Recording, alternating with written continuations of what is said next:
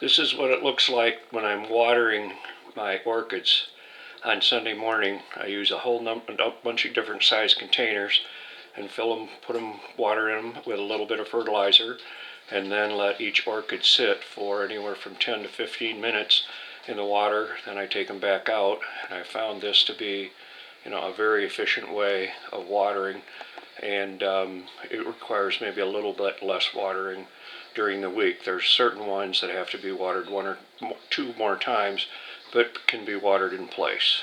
I thought I'd take some time today and show you how I grow my orchids at home. So I'm standing right now in my sunroom or solarium that has glass on three sides and is very bright, and where I keep the preponderance of my orchids. I have about 90 at this time.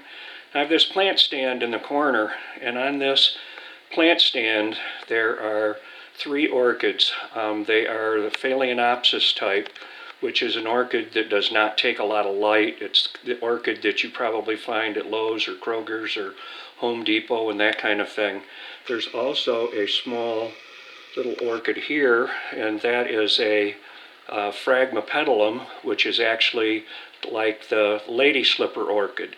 So that does not take a lot of light either, except the soil needs to be kept moist at all times. So there is no super light restriction or requirement for the Phalaenopsis. Here is another. This is a north-facing window in the solarium. You'll notice that there are three different types of orchids here. Again, these orchids don't have a requirement for a lot of light, but they're also on a humidity tray. So to grow orchids, there's three things that are important. Number one is how much light do they have. Number two, what kind of humidity do they require? And number three, what kind of temperature? So for all of the three things, temperature is probably the least important, and orchids can handle pretty much anything, except there are a few orchids that grow high in the mountains that like to be very cool and don't like temperatures maybe more than 60 or 65 degrees, and those are very difficult to grow at home. So these orchids that I have here have a northern exposure. They require just a little bit less light, and as you can see, there's some more of the slipper orchids right there. Again, they don't require a lot of light. But by using the humidity tray, you have an easy way to maintain the humidity around your orchids, and mine usually stay at probably somewhere between 50 and 60% by just being right on the humidity tray. Now, this is an east exposure, and this exposure is where I keep the orchids that require the most light. Now, again, you can see I have humidity trays underneath all of these. It's very easy for you to make a humidity tray at home by you can get a small tray, you can put some pebbles in it, you can keep water in it, just so that the orchids should not sit in water, they should sit above it, and then as the water evaporates it around it, it creates the additional humidity that's required. Now I have provided some additional lighting here, some LED lighting.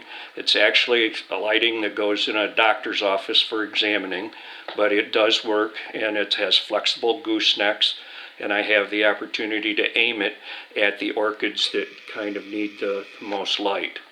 In addition, I have some hanging orchids here.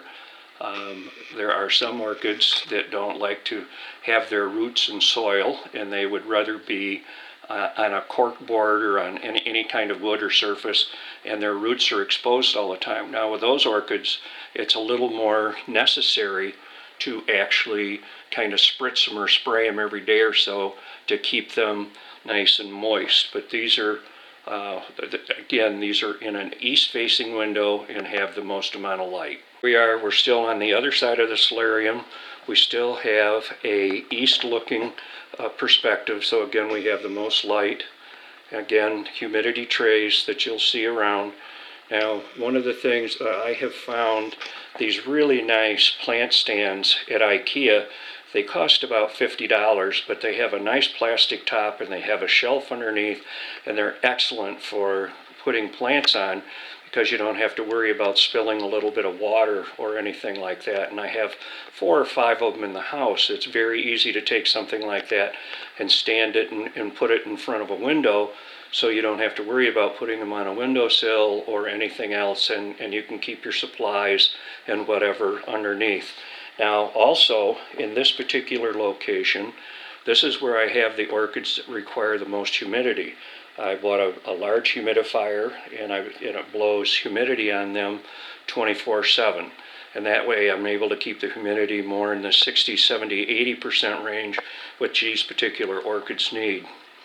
In addition, I keep a bucket of water here on a little roller so it slides around, and I can dip the orchids in it as I need it throughout the week to keep the ones that need a little more moisture wet and watered, so I don't have to take them all the way back to the laundry room. In addition, I have another orchid that's growing on the floor here. That orchid likes very cool temperatures and almost no light. So I have it on the floor underneath the shelves, and it's bloomed for me a couple of times. Again, over here I have more orchids. These orchids have the extra LED lighting on them, and these are all the Cattleya type orchids, which are kind of the corsage orchids that you're familiar with. I grow a lot of Cattleyas because my growing conditioners are good for Cattleyas. Over here I have basically a cafeteria tray sitting on top of an old printer stand, and the plants that are over here like light but not real bright light, so I've moved them further away from the light, and they sit over here, and this gives me an opportunity to put a few more plants over here on this side. My office, this is a different growing environment. I have a window that faces the east, so it gets morning sun, and it's not a huge amount, but it's fairly bright. But this is the coolest room in the house. So the orchids that like the cooler weather are the orchids that I keep in this particular room. Now you can see there's some empty space here because a couple of the orchids that I normally would keep here are getting ready to bloom, and so I've had to move them to an area that has a lot more light, and you'll see those a little later. I also have a small humidifier in here. It's on a timer, however, and only runs 8 hours at night. You can see some of these little small orchids right here. These are called habanera orchids. They're really nice. It's an orchid that grows and blooms, and then it dies back, and it goes completely dormant. So you can take those plants and you can just set them on the floor, and you don't have to think about them for 4 or 5 months. And as soon as they never get watered, and then just as soon as you start to see some new growth, you start to water them again and bring them out. I have another orchid here, the clown lotax, which is a Dracula orchid, which requires almost 100% humidity, so I grow it underneath a bell jar. In addition, this is the light box that I use when I photograph the orchids. It gives me a black background.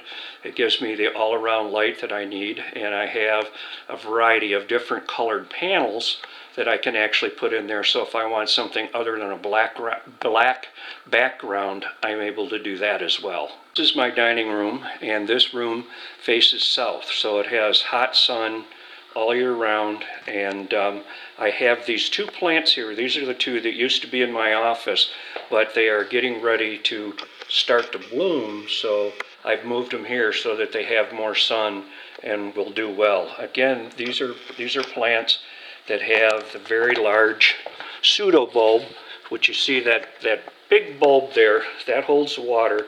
This plant does the same thing. It'll bloom, have nice beautiful flowers, and then it dies back and there's nothing there. And you just quit watering the plant and put it away, and as soon as new growth starts, then you start to water again. So I have 2 of these. This particular orchid right here is one that's the blackest orchid there is, even though it's not black, it's actually very dark blue. And this one over here is a very beautiful light kind of chartreuse kind of color. Then over here, this is a west window, and so these orchids are orchids that, again, need humidity, but they don't need quite as much light. So yes, you get some light in the afternoon, but it's not quite so strong. In addition, I have fans here And I also have fans in the solarium because orchids like moving air. And again, you'll notice I have this on my IKEA bench, so it just sits real nice in front of the window in the dining room. Now I'm in my kitchen, and I have one window facing south. So in this particular window, I put my small orchids, and again, I have the small Phalaenopsis. You'll see these plants are not big. These are the ones that don't require a lot of light and that are very easy for you to grow at home. In addition, I have the lady slipper orchid over here, which again doesn't need a lot of light, but it needs to be kept moist, so it's growing in sphagnum moss. This plant right here is my jewel orchid, and these actually grow in soil, and these are primarily known for how nice their leaves look. You can see that there's pretty patterns. They bloom once a year, and they send up a white flower stalk that's about 12 to 14 inches high and probably has 30 or 40 blooms on each individual stalk. So this is a very easy house plant. Even though it's an orchid for you to grow in your house, it's very, very easy to grow. Low light, not a lot of work with it. Outside in my wildflower garden, in addition to that, I have 6 different species of terrestrial orchids. This is one that is in bloom right now. It's called Discolor. It's a very, very pretty orchid, and the other ones will be in bloom at a little bit later date. One of them actually blooms in the fall.